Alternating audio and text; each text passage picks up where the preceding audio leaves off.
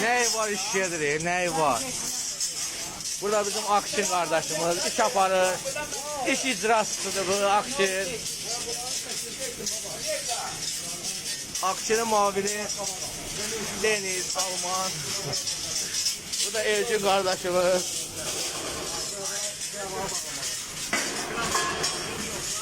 Yaşa. Bəli, biraz sıkıntı.